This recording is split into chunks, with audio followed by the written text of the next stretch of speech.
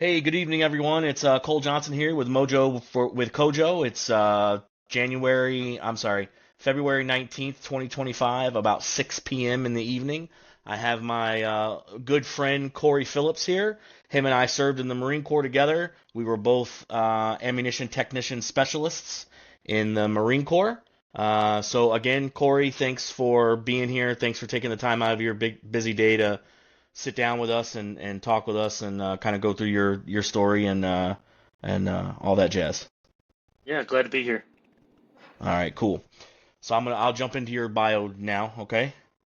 So again, this is my friend Cory Phillips. He grew up in a small town in West Virginia called Pulaski. Grew up to a single parent household with a father being incarcerated. Moved in with his grandparents at the age of 14 due to an abusive relationship with his mother. Lived with his grandparents until he was 20 years old. Joined the Marine Corps at 20, served in the Marines from 2007 to 2011, got married in 2009. My wife wanted me to get out, so I got out. uh, Transitioned home to VA, worked a couple of dead-end jobs, and hated civilian life. Joined the Army in 2012, which I don't think I knew that until I read your bio. So we might have to talk about that for a little bit.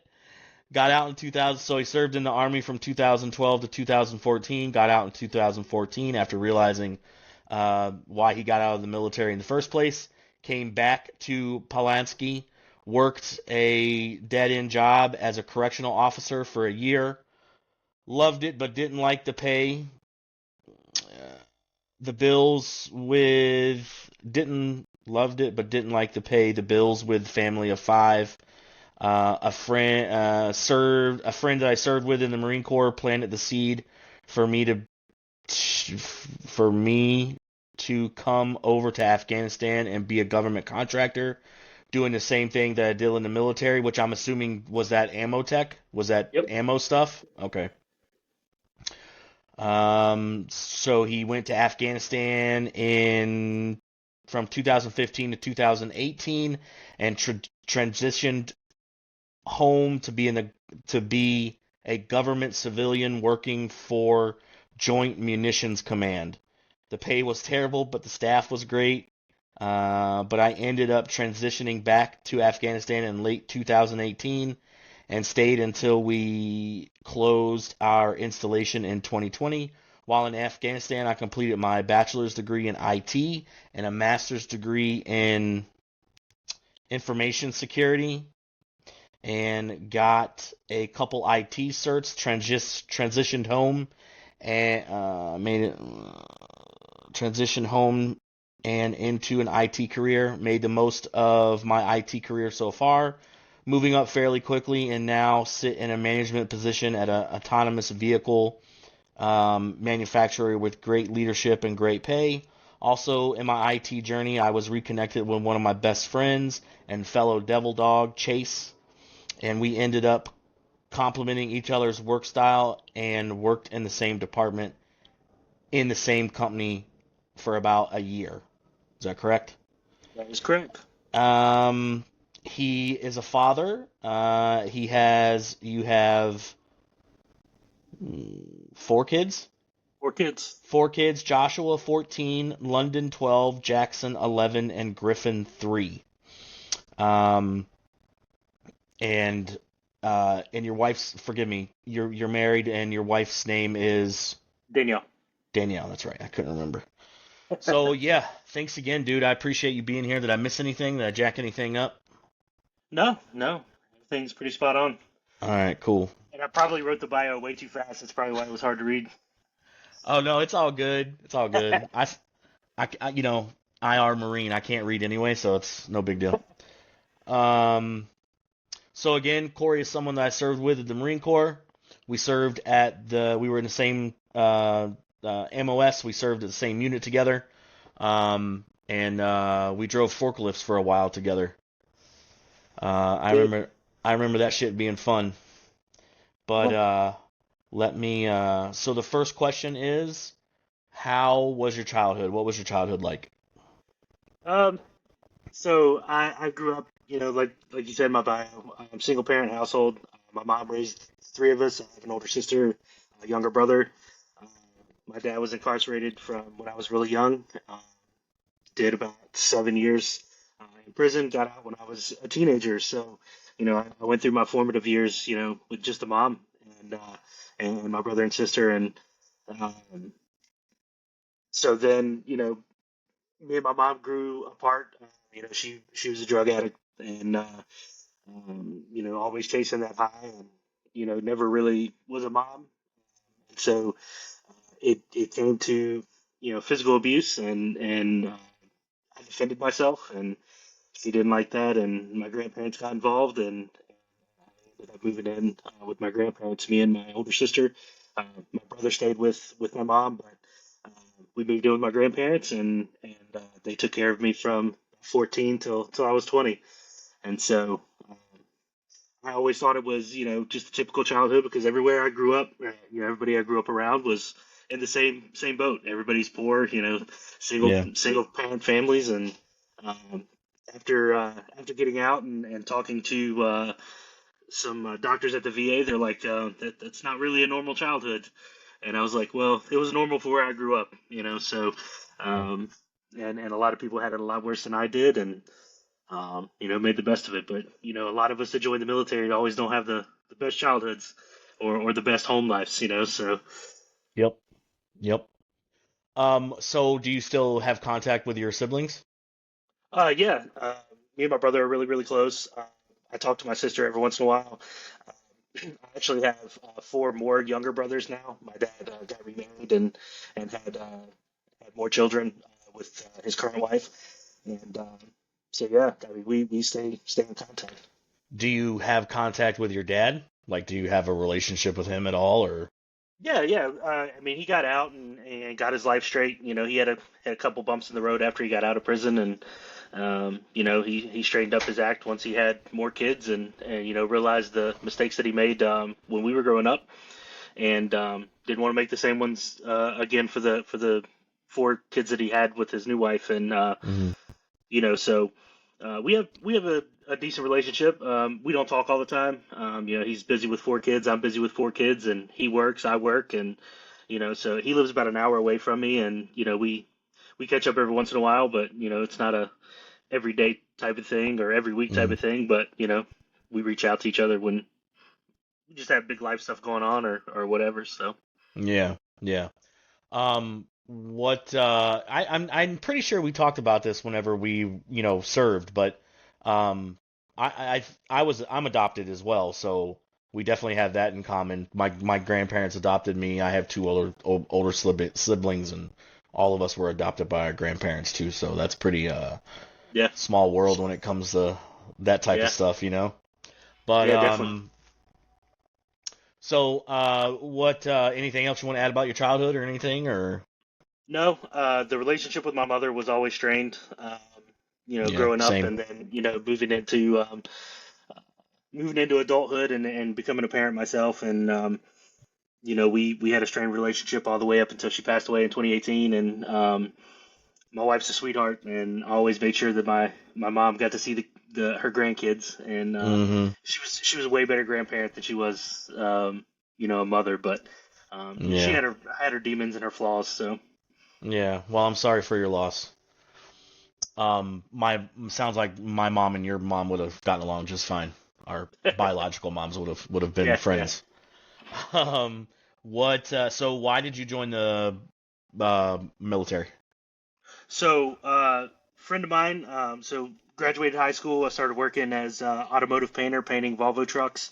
Um, Liked it. I was making good money. I was working 16-hour days. I loved it. I was making a ton of money, and I thoroughly enjoyed it. And got to the point where I was getting burnt out after doing that for about 2 years. And um, friend of mine that I grew up with, best friend of mine, Darren, he had joined the Marine Corps, and he came home on recruiter's assistance. He was like, "Hey man, like, what are you doing with your life?" I was like, "Well, I'm just working production and doing my thing." And he's like, "It's like, dude, you really need to go talk to the recruiter and join the Marine Corps." He's doing the recruiter assistant thing. It's Yeah. the honeymoon phase for the military, and I went and talked to the recruiter, and he's like, "Let's get you in, take a test, and see where you score." scored a 90 on my practice ASVAB in the office with the recruiter, and he's like, "You can do whatever you want." I was like, "I want to blow things up." So uh, I joined on a contract thinking I was joining to be EOD, and that didn't happen.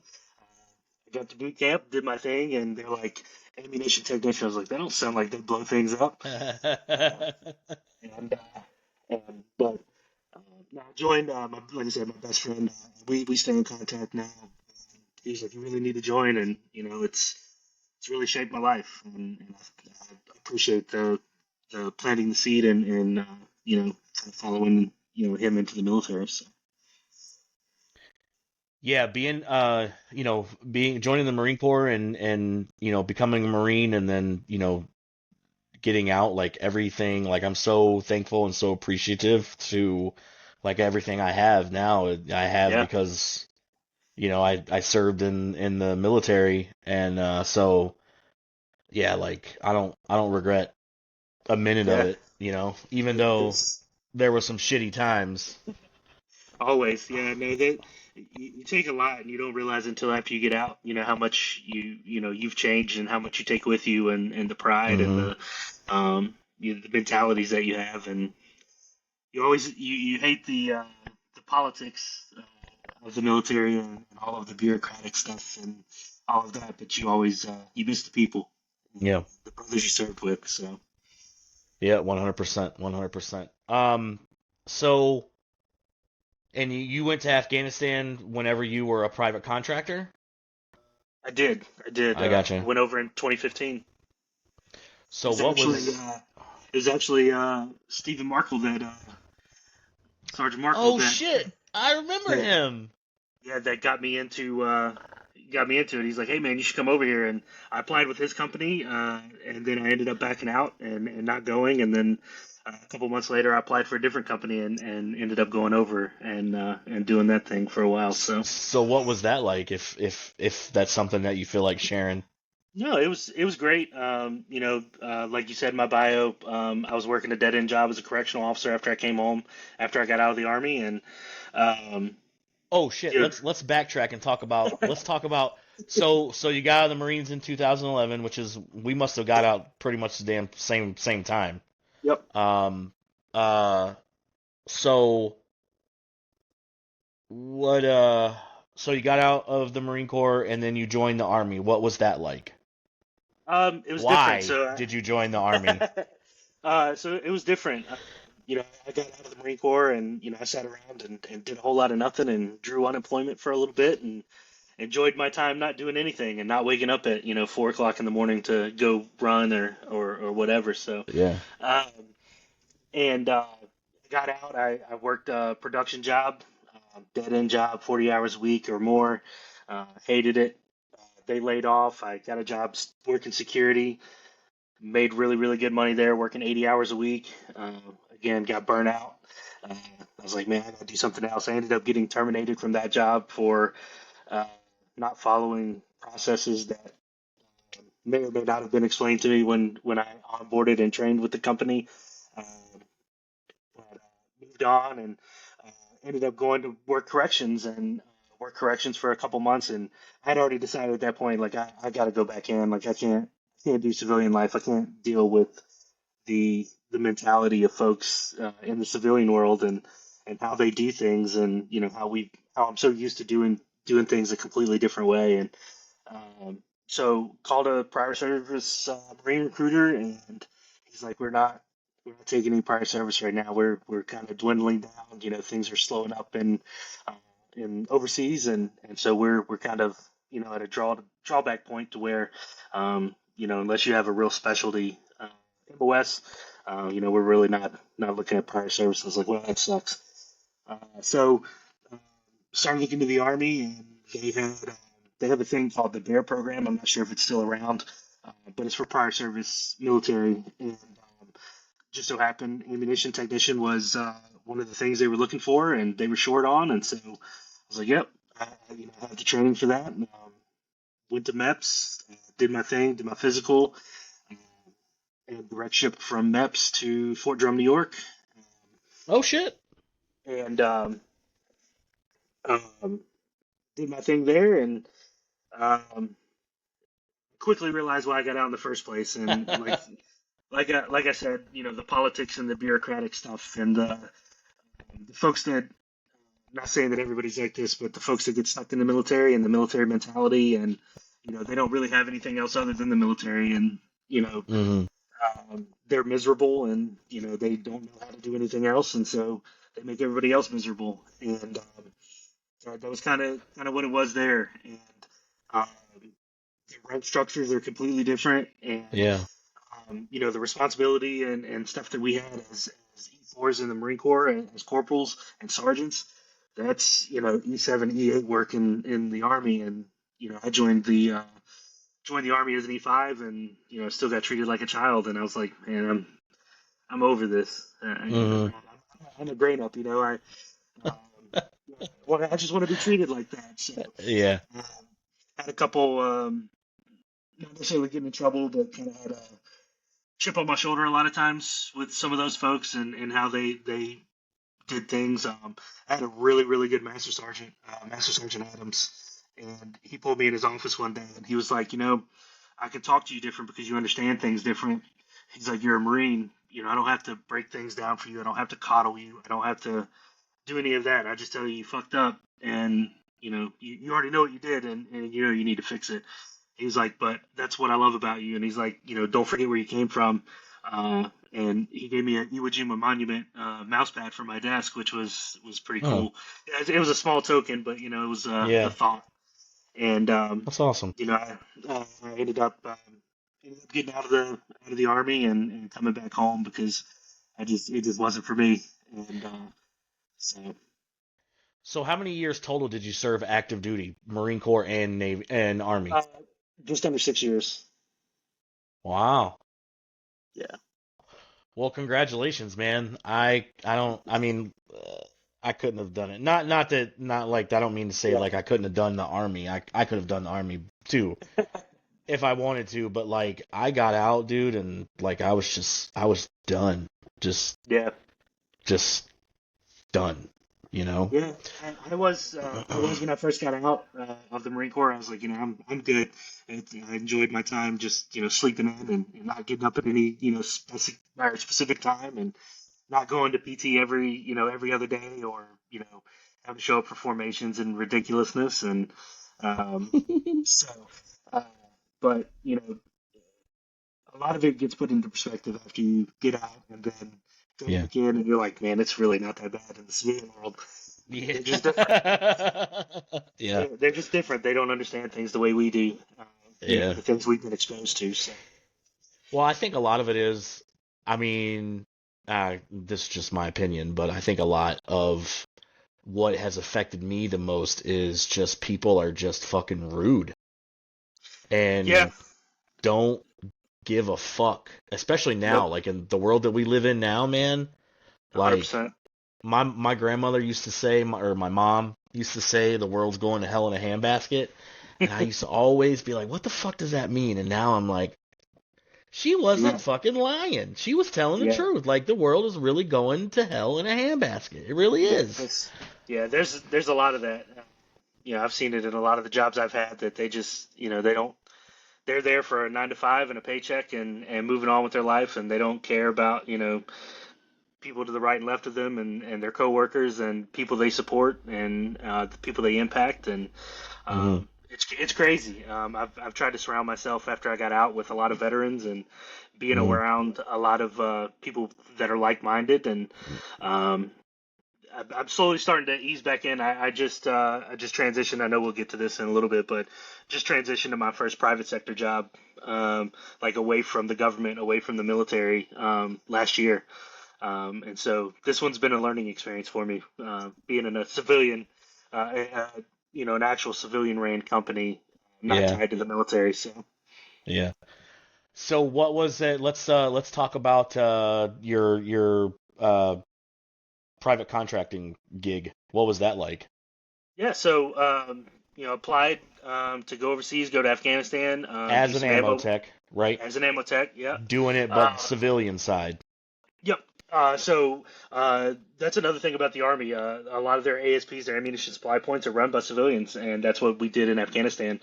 I know. I think you were at Leatherneck when you were deployed, so you guys ran Yep. the ASP out there Yep. as military. But so we had there we had an accountable officer that was an Army uh, chief warrant officer Mm. or captain, um, and we were all civilians. We fell under a contract, and we got paid under a contract, and there were certain things we could do, certain things we couldn't do, and it was really structured in what we could and couldn't do. And but you take all the knowledge you gained, and you just apply common sense, and it served us pretty well over there. I was there for about 6 months as a ammo troop, just doing basic ammo pulls and stuff. And they were like, "Hey, man, you need to be a team lead." And I was like, "All right, let's do it." So they promoted me.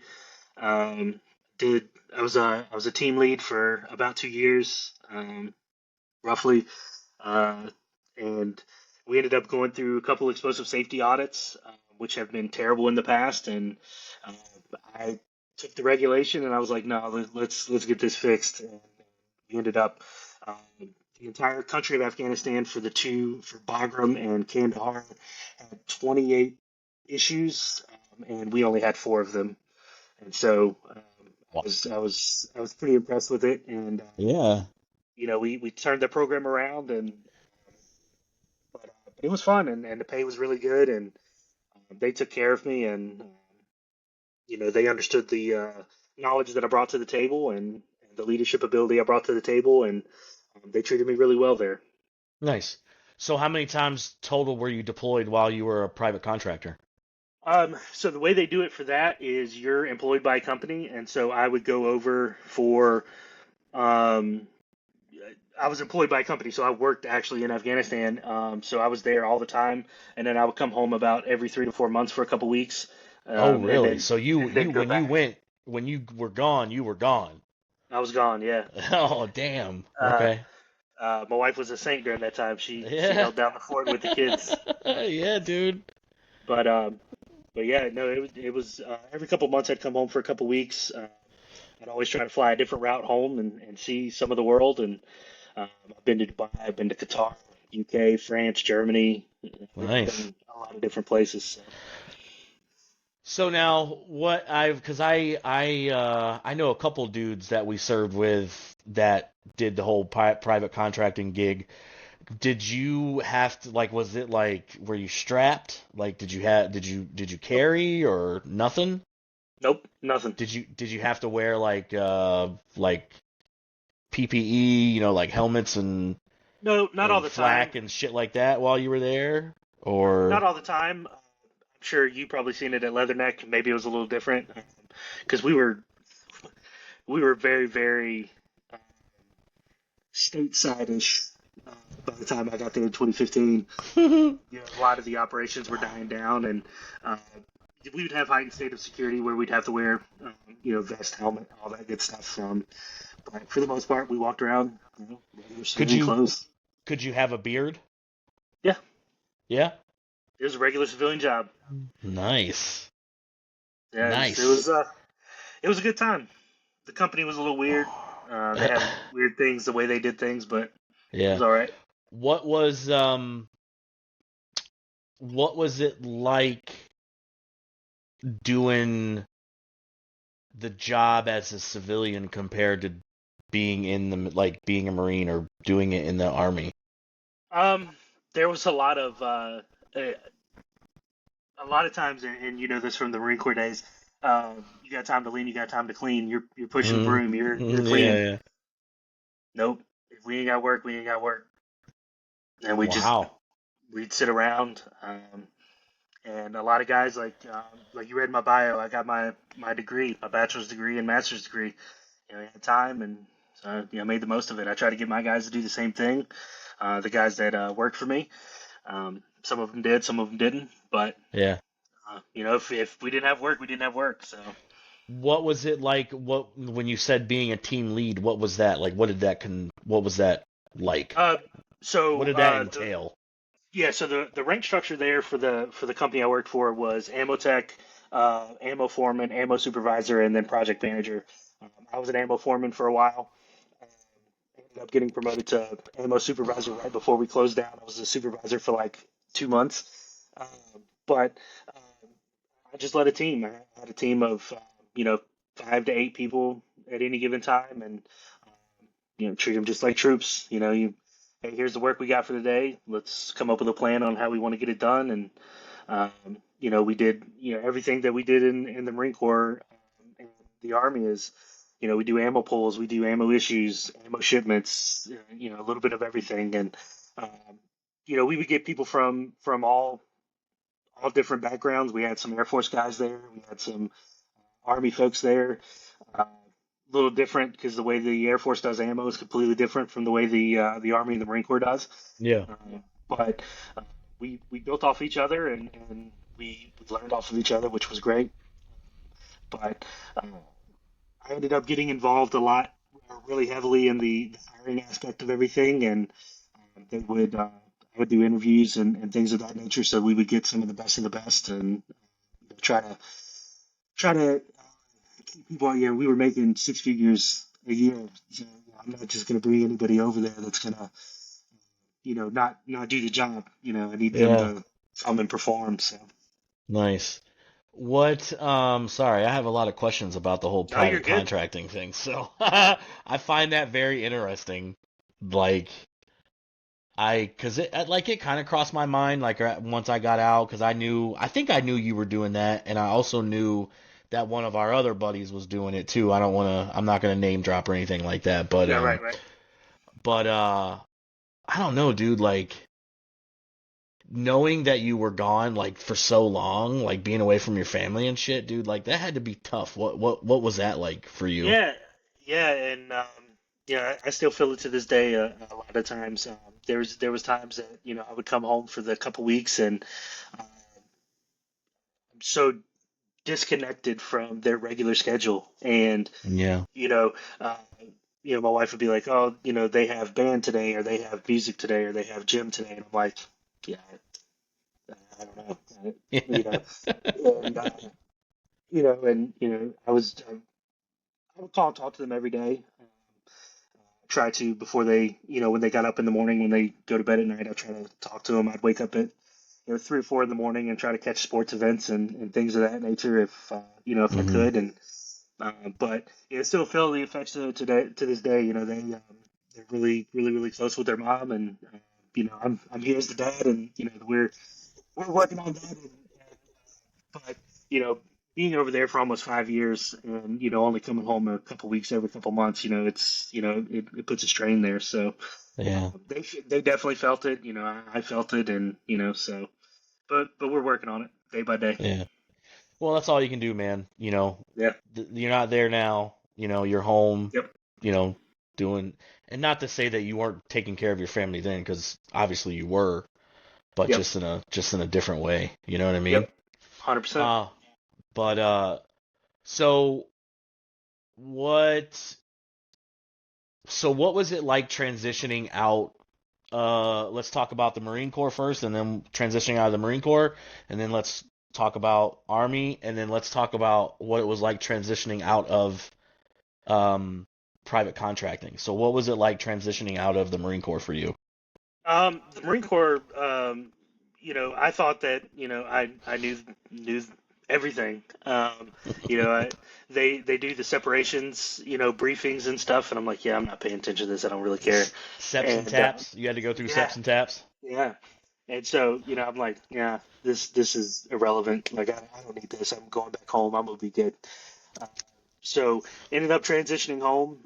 I got out of the Marine Corps in April of 2011, and I was on terminal leave for 60 days, and Same, same. so uh, collecting that paycheck for an extra couple months, and then I ended up not going back to work until October of 2011. So I had about 6 months where I just did nothing, sat at home, and enjoyed my time. But Hmm. when I transitioned home, like I ended up moving in with my grandparents, me, my wife, and the Marine Corps. Let's see. We just had one. So it was me, my wife, and my oldest son. Um, and we lived with her for a little over a year until we transitioned and I moved to Fort Drum uh, for the Army. And it was just money was terrible and didn't have a whole lot of it. And cost of living, especially with a family, is kind of ridiculous. So Mm, uh, more so now than it was then. for sure. Uh, but it's uh, I wish I would have listened in the subs and taps and actually applied some of the stuff that they taught. Now, I will say, and kind of transition it to the out of the Army thing. The Army has a way better separations program than the Marine Corps does. The Army They, does. yeah, it's way more involved. They have way more classes. They have way more like informational things that you can attend, and it's optional. You don't have to go to all of it. Yeah. But they seem to set you up a little bit more for success than the Marine Corps does. The Marine Corps is like, go to this class, we'll stamp your paper, and you're good. The Army has like I think it's like a 3 day required thing that you go to, and then they do financial reviews, they do resume reviews, they do. I mean, there's a lot of stuff that you have to do that's required to check out, and you can pencil whip it like a lot of things, but if you set yourself up for failure if you do that. And I realized that after I got out of the Marine Corps, and I tried to take some of the stuff that I didn't learn getting out of the Marine Corps and applying it when I got out of the Army. And I ended up, I got out of the Army in June of 2014, late June 2014, and July 1st, I had a job and started a new job. So um, Nice. it was one of those things like, hey, I gotta transition right back into the workforce. I can't have a break in finances and stuff. So Um, and then, so I transitioned home twice from private contracting. The first was in 2018. I've been there for 2.5 years roughly, and I applied for a couple of GS jobs with the government, and ended up getting hired for one of them as a quality assurance specialist working for a Joint Munitions Command. Working at a installation here in Southwest Virginia, where they manufacture nitrocellulose, which goes into all the explosives that the U.S. has. It plays it's a component in all of it. Um, did that I had a great team that I worked with, super knowledgeable dudes, all vets, and it was great. But the money sucked. Uh, you know, I was like, man, GS life ain't for me. The pay scales like the military. It's very very Yeah. structured. There is no negotiating pay and aside from steps and things of that nature. Um, but yeah, and then I went back and transitioned. The last time I transitioned back from private contracting was in 2020, and and that was kind of a forced thing. I had already got to the point where me and my wife were like, "Hey, this isn't it anymore. Like I've made enough money. I kind of got greedy and stayed a little too long. Mm. And we're like, it's time for me to go. And I had already got my master's degree, and I was kind of already in a hiring pipeline for another company to start my IT career. And um, I already had a set date that I was going home, and the company already knew it. And then they pulled us all in the office, and they're like, "Hey, you guys are going home in 2 weeks." Um, they were closing down, which we knew that was coming. We'd already started shipping a lot of our stuff out, and and really shrinking our footprint. And so they pulled us in. They're like, "Hey, you guys are going home." We're like, "All right, cool." And so I called the company that I was in the hiring pipeline for, and I was like, "Hey, I'm coming home. About 3 weeks early. Is there a way I can start early?" And they're like, 100%. We need you on board. We just started a new contract, and we need people on board for it. So um, they took care of me and got me started. And I literally left when I transitioned in 2018 to civilian Army civilian. I left Afghanistan on Friday and started on Monday. And Wow. then when I transitioned home, I think there was about 3 or 4 day gap when I came home in 2020 before I started my new job. So no time off, no rest for the wicked. So what was that gig? What was that? That was the IT job, correct? Or IT gig, or what was Which that? one? The Contracting or No, the coming one home? that when you got out of contracting or when you left Afghanistan for the last time while you were a private contractor, what was that gig that you what gig did you go into? Yeah, so transitioned back, stateside to a government contract, working for a company doing IT work, doing basic support services, working for a program out of the Pentagon, and Ooh, it was fully nice. remote, which was fantastic. I worked overnights, and so it was great. I didn't have to deal with people. I just did a lot of support work and behind the scenes work, and didn't really have to interact with people, which was great. Um, and I did that for about a year, and I'd already started looking at using my degrees, getting into the cybersecurity realm of things, information security. The company I worked for, they had hired me for a cybersecurity position, and like happens with the government, the funding fell through for the position, and they were like, "So we don't have that position anymore. So you don't have the position anymore." And I was like, "Oh, okay." I was like, "Well, we got like 8 other positions doing the same work for different agencies." And they're like, "Yeah, well, you have to reapply and go back through the whole hiring process again." And you know, What? and I was like, "Yeah, I'm not doing that." So I started looking that day, and started looking for something else, and ended up getting picked up by another company, doing some network support. Again, working for the government, and coincidentally, that position was supporting the same Army staff that I worked for in 2018, Wow. and and so they all knew me there, and it was a warm welcome coming back and supporting those guys. And this time I was a contractor, so I didn't fall into a lot of the Army Drama. civilian stuff. Yeah. So and I was a one man crew there. Our headquarters was out of Virginia Beach, and I worked in the office, on site here in Virginia, in Radford, which is about 20 minutes from my house, and did that for about 18 months. And the operating contractor for that installation was like, "Hey, we're looking for some cyber people, if you're interested." And I was like, "Yeah, let's do it." And so interviewed with them, got a cyber position with them, uh, transitioned over to contract hopping, and jumping over to another government contract, and did that for a while. That's where I linked back up with Chase. Chase was working as a network engineer for the same company, and I was like, "Hey man, you need to come over to cyber. Like, you need to come join the cyber team." He's like, "I don't really have cyber experience." I'm like, "Nah, dude, come on. You need to come be on the team." So got him over to the cyber team, and we worked together for about a year, uh, running rampant, across there, and showing people the Marine Corps way of doing things, and um, rubbing people the wrong way and getting things done and knocking things out.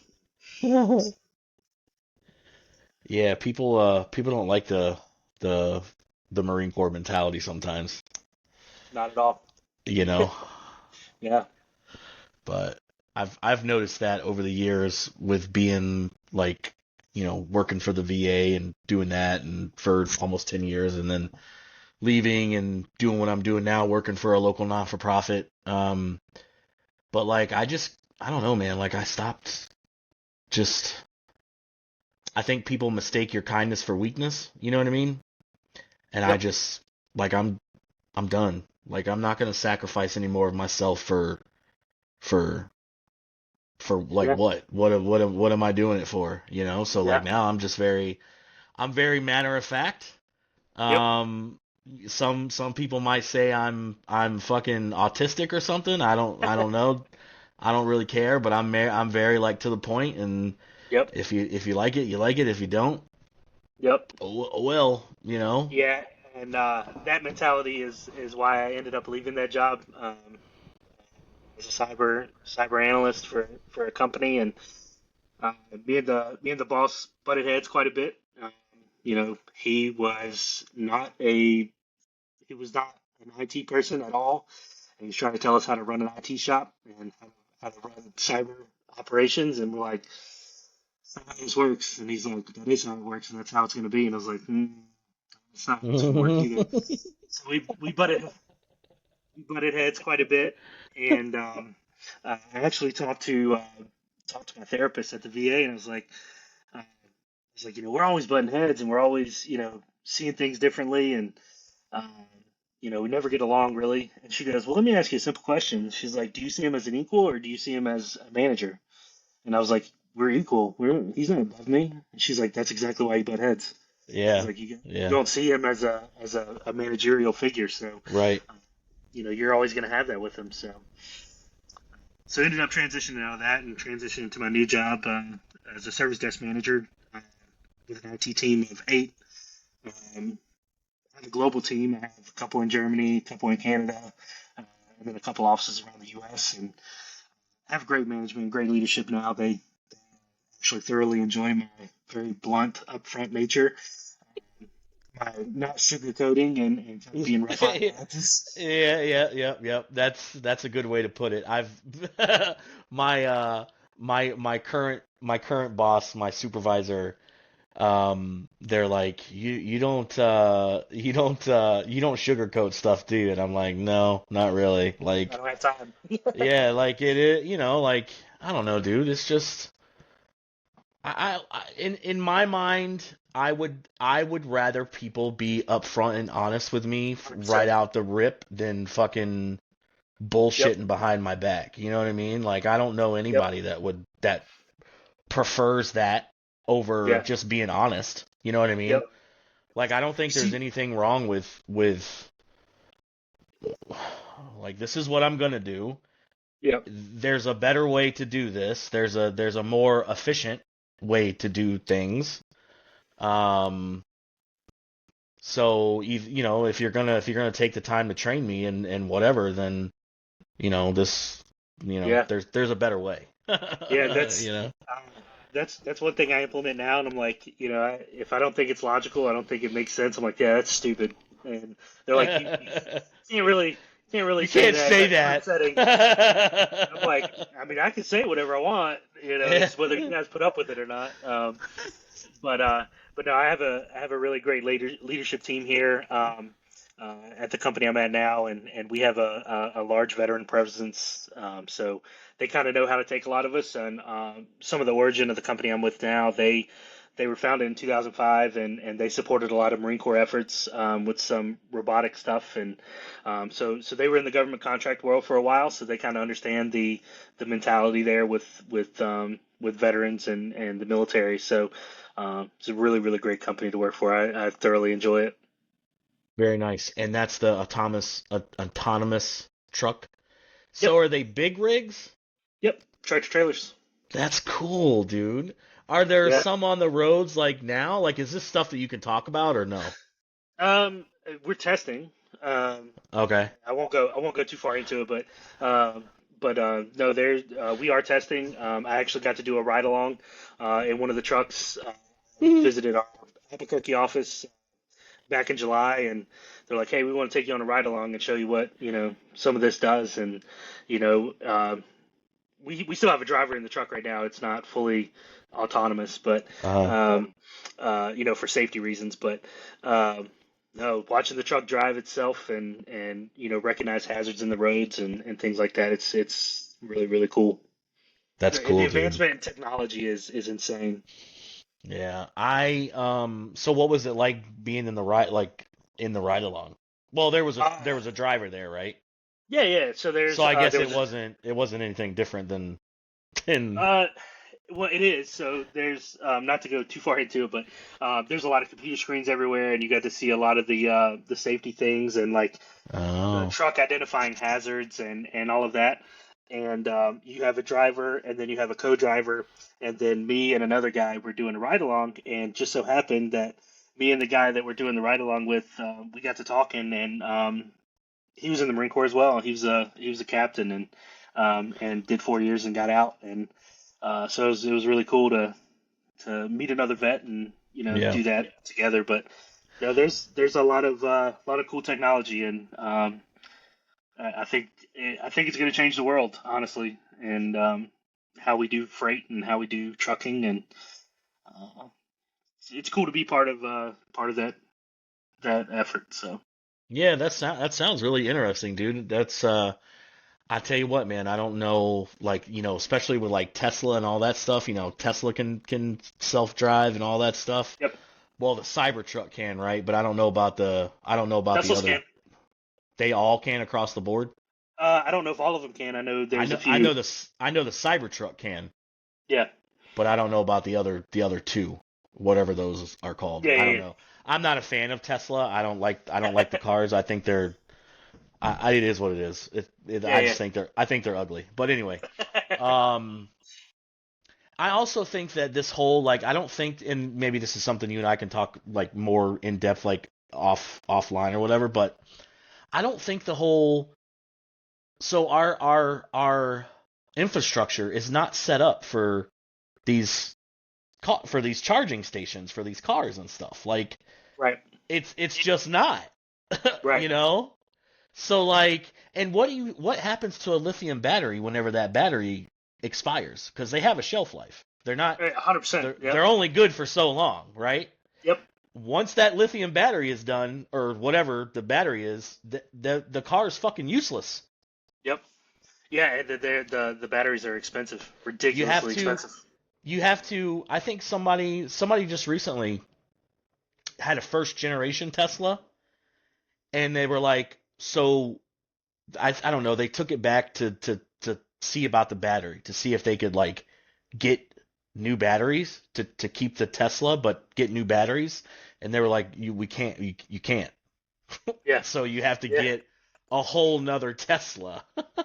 Like, I had read somewhere. I think some of the other companies. I know like Rivian's another company that's all electric, but it's like $40,000 for a new battery for some of those vehicles. So yeah, one of my buddies that I worked with through the VA, him and his wife just got all electric. I don't know whatever Hyundai or something. Anyway, right. but they had the charging station installed in their house. It was like $5,000 Oh, I'm sure.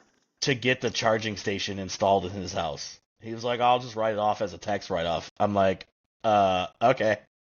And then your electric bill's gonna go through the roof. Yeah. Well, he said it's actually not bad, which I mean, I tend to believe him. I mean, Right. he's smarter than me, especially when it comes to stuff like that.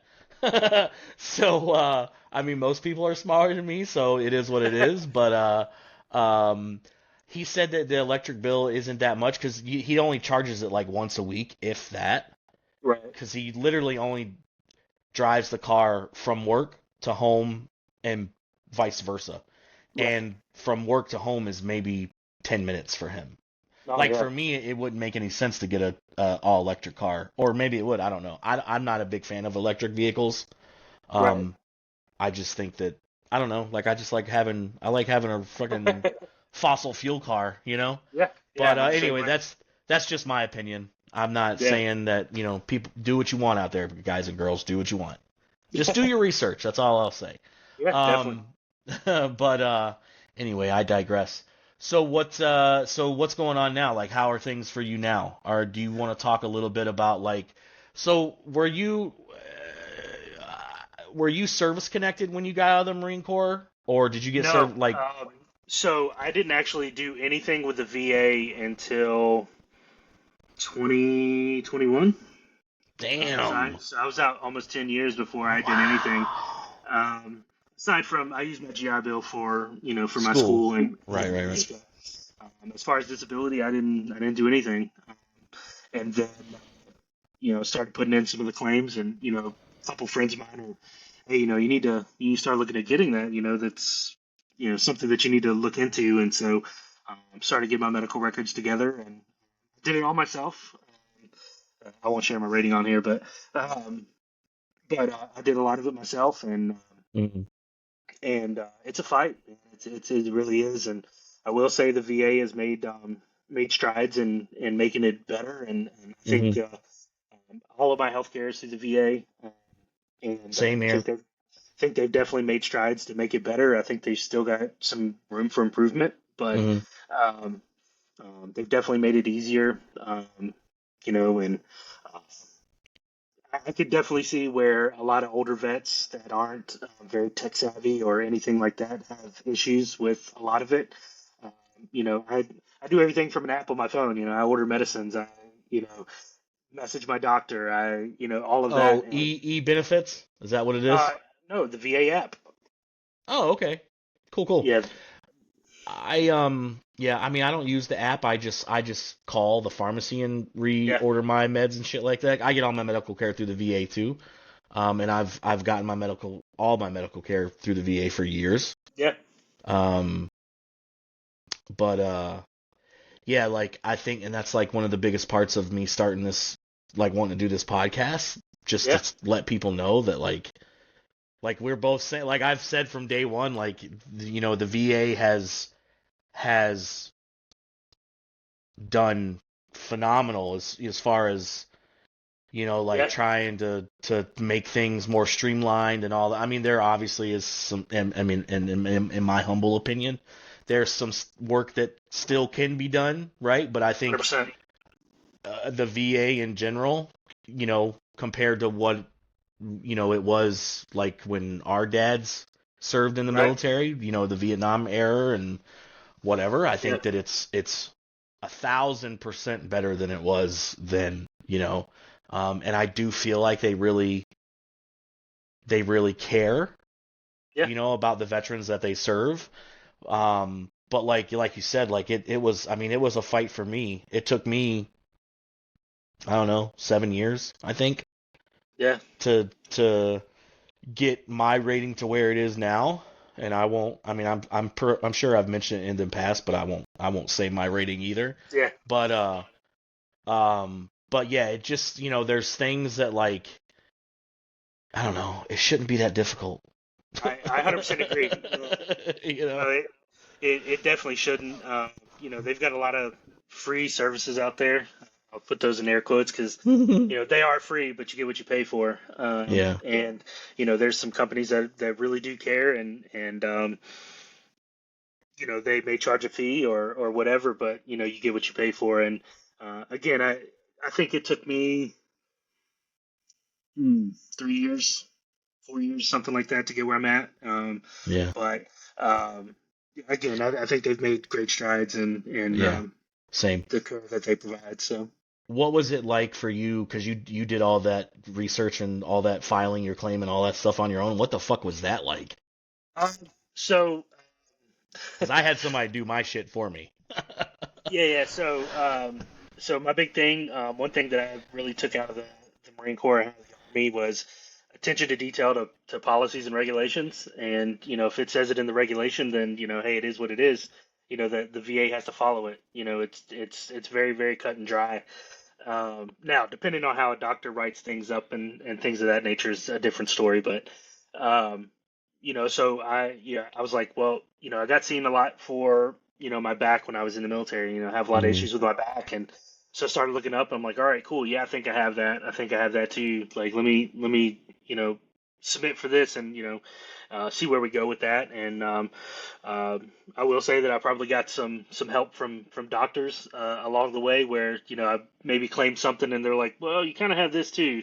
You didn't really Hmm. claim it, but let's throw that in there too because it fits the bill. So, but no, I just started reading, and making sure that um, if my medical record said, hey, he has this, this, and this, I tried to attribute it to one specific thing in the CFR and um, say, yeah, hey, I meet the symptoms that they're saying for Hmm. this, and try to do it that way, and it served me fairly well. And not everybody's like that, and nobody's going to dig into the regulations like that, but um, it's all there.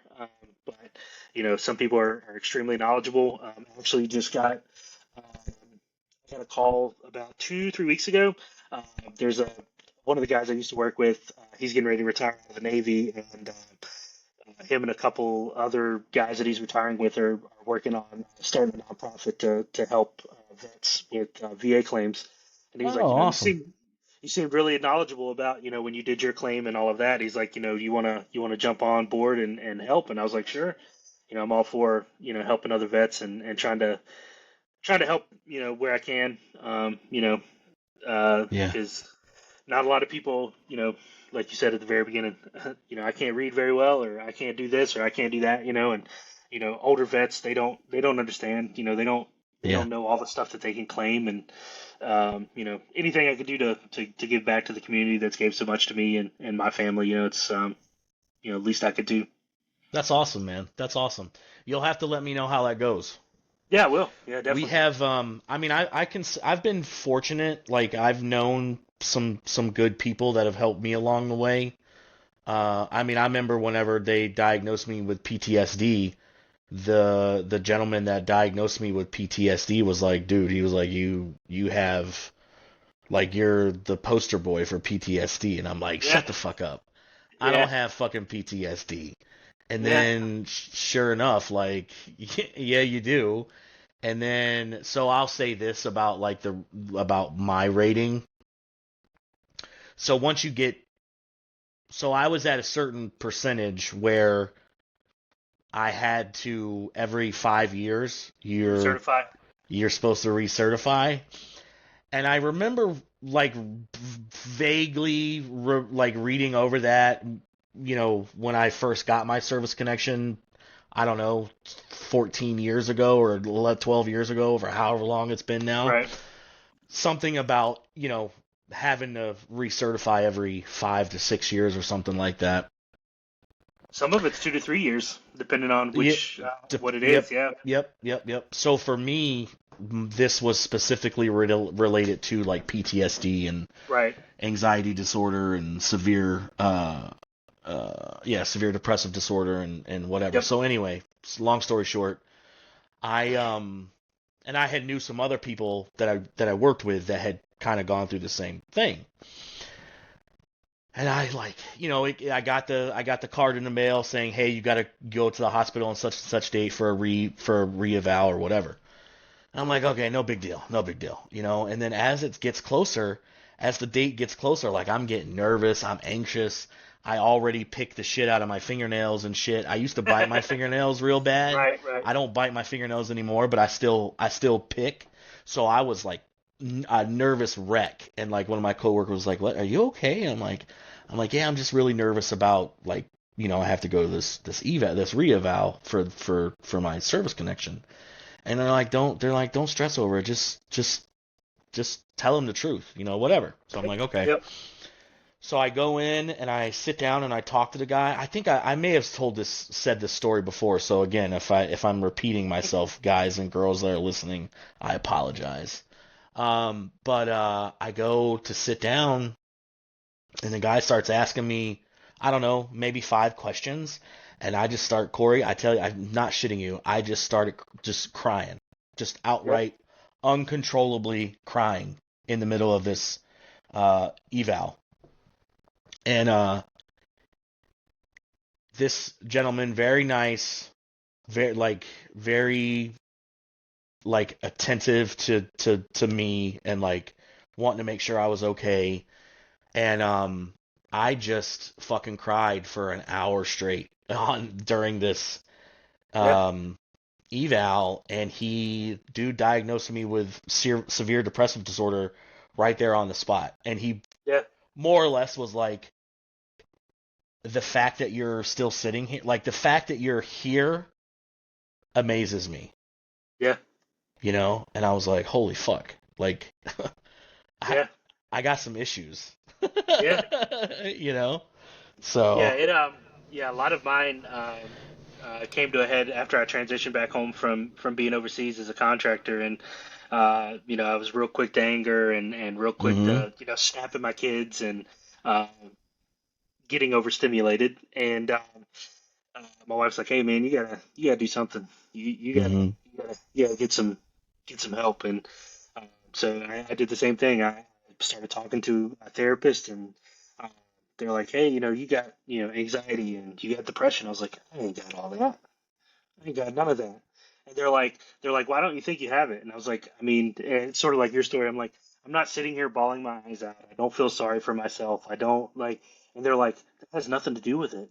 yeah, That's stereotypical symptoms. yeah, They're like, here's what we see, and they're like, you don't have a social life, you don't have friends, you don't like associate with people, you don't like you really pulled yourself away from society. And she's like, that's depression.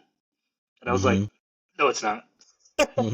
And it's one of those stereotypes that a lot of people get out of the military and they're like, I don't have anxiety, I don't have PTSD, I don't have, whatever. And you get to talking about it and do some introspective thinking about it, and you're like, man, I probably do have that, And Mhm. once they start calling it out, and you're like, yeah, I could see that, My wife will, because I have anxiety as well, and I'll be sitting. You guys can't see my legs right now, but I've been wiggling my feet and legs the whole time, just because it is what it is. But Yeah, yeah. uh, and she'll put her sh- she'll put her hand on my leg. She's like, hey, chill out, you're good. You okay? And so, um, but that's it's really hard for vets to acknowledge that they have some of the mental health disorders that Yeah. come along with serving, and some of the things you see it all the time online, and I'm in a lot of like subreddits and things with vets, and they're like, well, if you never served in combat, you can't have this, or you've never been overseas, you can't have this, and it's like, dude, stop. Like Yeah. people perceive things differently, and Yeah. so.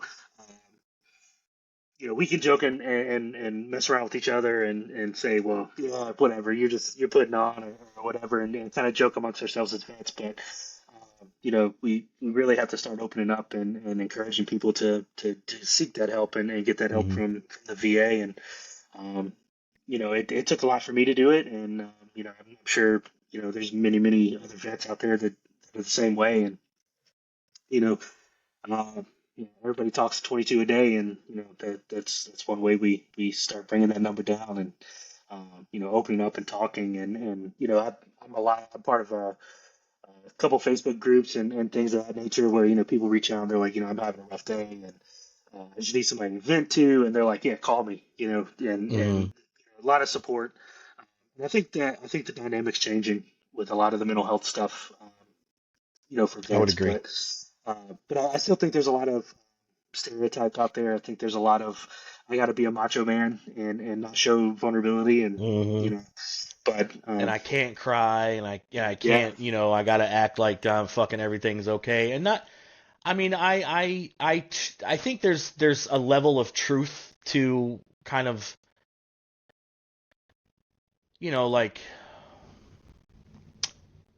like you don't want to be an emotional wreck all the time, 100%. Yep, right? yep, But I also think that it's okay to cry as a yeah, man. But I think that we're from a very young age, from a baby, yeah, we are when we're old enough to realize, oh shit, when I cry, I get what I want most of the time, right? I yeah, think that whenever, because you're programmed as a young kid, as a male, that it shows weakness when you cry, or men yep. don't cry, or whatever. Like, I Toughen think, up. Yeah, yeah, toughen up, suck it up, yep, buttercup, throw some dirt on it, whatever. Which I'm not saying. I think there's a level of truth to that, right? To right. like suck it up, you know what I mean? But like, there are some times where sucking up is not Yeah, that ain't gonna cut it. You know what I yeah, mean? Like, it's okay to cry. It's okay to have a moment to yourself, or yep, to be the key is vulnerability. yep. You have to allow yourself the ability to be vulnerable. And we're 100%. not and We're not and programmed for that. we're not programmed for that shit. You know what I mean? Um but I think I learned well, maybe not a long time ago, but because I still struggle with it to this day. Like, I'll be sitting here watching a movie, and will fucking get emotional. Yeah, And it's not even like anything for me to get emotional about, you know? yeah, yeah, And but like, I think that the more and more we as veterans talk about this type of stuff, that it's okay to show emotion, it's okay to cry, it's okay to fucking, just be, yeah, it's okay to have someone to talk to, or if you don't have someone to talk to, there's ways and Groups. groups and forums and numbers that you can call and all this stuff. Yeah. And I think that, like I said, the more we talk about this, the more that veterans, our generation veteran, older generation veteran, the Yep. newer generation of younger veterans can see that, it's not easy to ask for help. Believe me, it's not easy to ask for help. But when the time comes, hopefully you'll know where you can ask that Them too. question, Yeah. turn to. Yeah. Yeah. So, Yeah. I had posted a status on my Facebook, and this has been a while. I hardly ever post on Facebook, but it's okay to step away and be you know, be in your feelings and be by yourself, but you can't let it consume you. You can't yeah. let it, rule your life. Yep. You step away, think about it, then remind yourself who you are and pick yourself up and move on. You got responsibilities. Everybody does. Responsibility to yourself, to your wife, kids, family, Mhm. whatever, job, and gives you a purpose. And I think that's one thing vets struggle with after they get out is they don't have a purpose.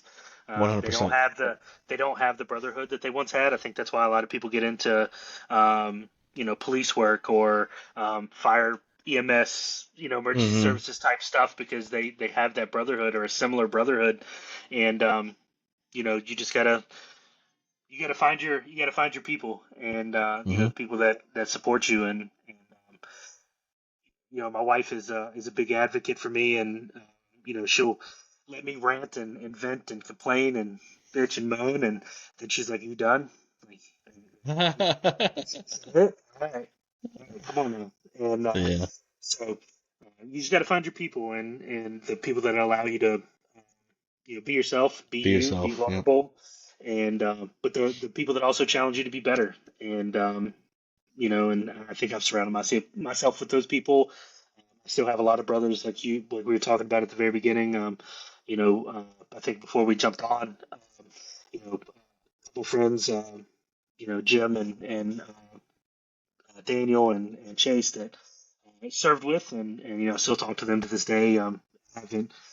I went down to see Jim and Daniel. They live within 20, 30 minutes of each other a couple months ago, and we hung out over a couple days and uh, see Chase quite a bit, and he's got a family and stuff now, and uh, it's just that it's good to have those people that you kind of went through those trials with, and Mhm. people that kind of understand you. They've all met my family. They've been around my family, not just my wife and kids, but my extended family, my grandmother, my dad, and they know my whole family dynamic. So um, I think the dynamic's changing though with the support piece. I think veterans are realizing that's all we got is each Mhm. other, and Yep. you know experiences may differ, but at the end of the day, we're all here for the same purpose. So Yep. 100%. Hey, listen, if you're ever up in Buffalo, brother, you know where to go. You call, hit me up. Let me know if you ever want to come to Buffalo to see Niagara Falls or whatever. Let me know. I try Not to during stay the out of winter New York. though. Yeah, I try to stay out of New York after being stationed there for a while. I'm like, nah, I'm good. I think we went up to Niagara Falls a couple years ago. The kids wanted to see it, and it Nice. started snowing and everything while we were there, and it was so Yeah. cold. And I was like, Yeah. nah, I ain't doing that. It's funny Yeah. because my wife's from up that way. Oh, that's right. She, I think I knew that.